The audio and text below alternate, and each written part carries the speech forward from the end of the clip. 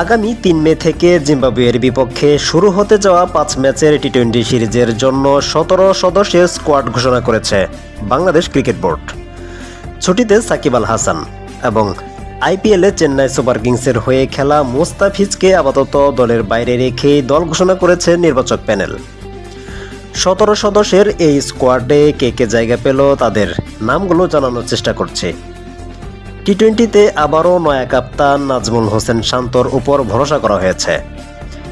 এরপর রয়েছে লিটন কুমার দাস, তানজিদ হাসান তামিম, তাওহিদ হৃদয়, মাহমুদুল্লাহ রিয়াদ, জাকের আলী অনিক, শেখ মাহাদি হাসান, রিশাদ হোসেন, শরীফুল ইসলাম, তাসকিন আহমেদ, তানজিম হাসান সাকিব, পারভেজ হোসেন ইমন, তানভীর ইসলাম, আফিফ হোসেন ধ্রুব, হাসান মাহমুদ, মোহাম্মদ সাইফুদ্দিন এবং সৌম্য সরকার।